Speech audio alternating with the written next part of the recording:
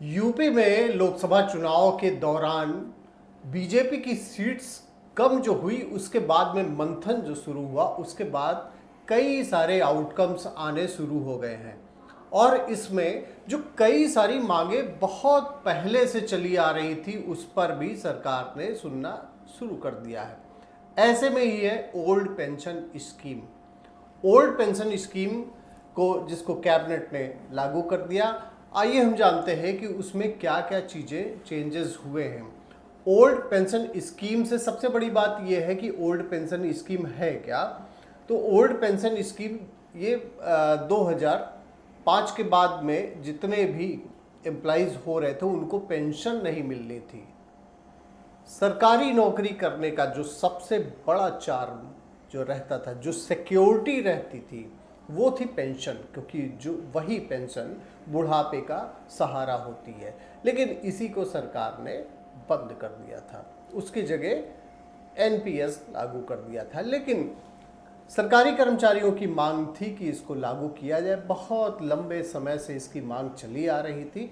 अब उसको सरकार ने सुनते हुए चीज़ों को कॉग्निजेंस में लिया और सरकार ने लागू भी कर दिया। इसमें क्या है कि 28 मार्च 2005 से पहले जिन भी भर्तियों का विज्ञापन हो चुका था उनको ये लाभ मिलेगा। यानी कि जिनका एडवर्टीजमेंट हो गया था, जिसके आधार पे उनको अपॉइंटमेंट, ठीक है 28 मार्च 2005 के बाद में मिली, लेकिन विज्ञापन पहले हो गया था, तो ऐसे लोगों को ये लाभ मिलेगा।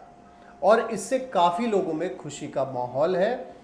और जो लाभान्वित हो रहे हैं उसमें 60,000 टीचर्स, शिक्षकों और कर्मचारियों को लाभ मिल रहा है।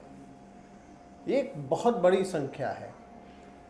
हम ये कोशिश करते हैं जानने की कि इन दोनों में अंतर क्या है। 2004 के बाद से एनपीएस लागू कर दी गई थी और कर्मचारियों का कहना था कि एनपीएस के तहत मिलने वाली पेंशन जो है वो बहुत ही कम होती थी, इसीलिए बार बार ये मांग की जा रही थी। पॉलिटिकल पार्टीज का भी रिएक्शन आना तो लाजमी था कि पॉलिटिकल पार्टीज भी अब इस बारे में ये कह रही है कि सरकार अब इस मामले में सोच रही है। जब लोकसभा में उसको काफ़ी हार का सामना करना पड़ा, उत्तर प्रदेश में सीटें बहुत कम हो गई, सीटों का, अच्छे खासे सीटों का नुकसान होना पड़ा। और दूसरी चीज़ ये है कि जो जीत का अंतर था वह भी कम हुआ। ये बीजेपी के लिए एक अलार्मिंग सिचुएशन थी। उसी को लेकर अब सारी चीज़ें की जा रही हैं कि आने वाले कुछ वर्षों बाद जब विधानसभा के चुनाव हो तो तब तक भाजपा अपनी पैठ उत्तर प्रदेश में मजबूत कर सके। बहुत बहुत धन्यवाद आपका, आपकी खबर देखने के लिए।